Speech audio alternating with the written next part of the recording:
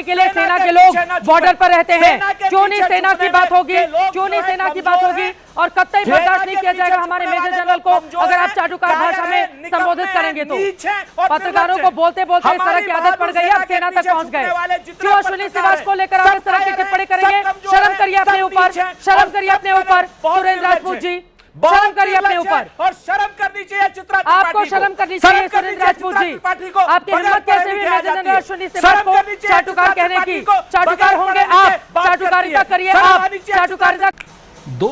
दो चीजें बड़ी स्पष्ट है। पहली चीज तो भारतीय जनता पार्टी और उनका इकोसिस्टम झूठ बोल रहा है, छल कर रहा है, कपट कर रहा है, प्रपंच कर रहा है कि ईरान के साथ हमारे अच्छे रिलेशन नहीं रहे।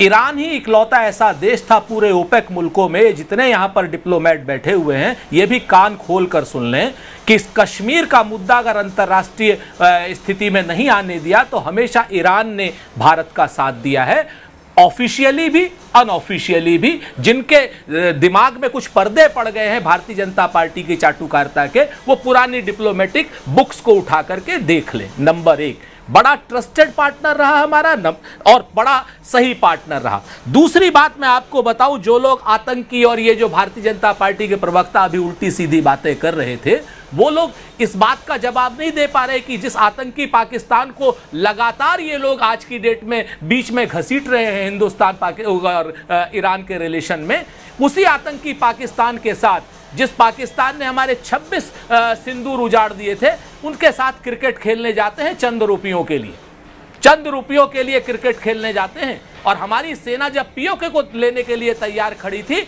उसी समय डोनाल्ड ट्रंप के कह देने से ये लोग जो है क्या नाम सीज फायर कर देते हैं। हमारी विदेश नीति गुट निरपेक्ष नीति है। हमारी विदेश नीति अमेरिका के सामने सरेंडर करने की नहीं है, हमारी विदेश नीति इजराइल के सामने सरेंडर करने की नहीं है, हमारी विदेश नीति अपनी इंडिपेंडेंट है।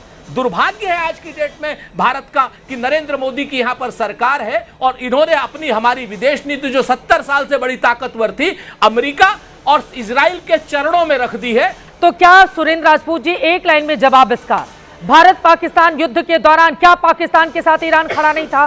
क्या ये गलत बात है? क्या ये झूठी बातें हैं? जिन लोगों ने देश के लिए सेना में रहकर अपनी पूरी जिंदगी खपा दी, आज उनको आप चाटुकार कह रहे हैं सुरेंद्र राजपूत जी? मतलब आपके ये दिन आ गए हैं बोलने के लिए और आपको क्या शर्म नहीं आती है इस तरह की भाषा का इस्तेमाल करते हुए? आपके हाँ में हाँ मिलाएंगे बैठ के हमारे मेजर जनरल? सुनिए पत्रकारों को अब टिप्पणी करते करते आज सेना के लोगों पर भी आप चाटुकार वाली भाषा का इस्तेमाल कर रहे हैं राजपूत साहब।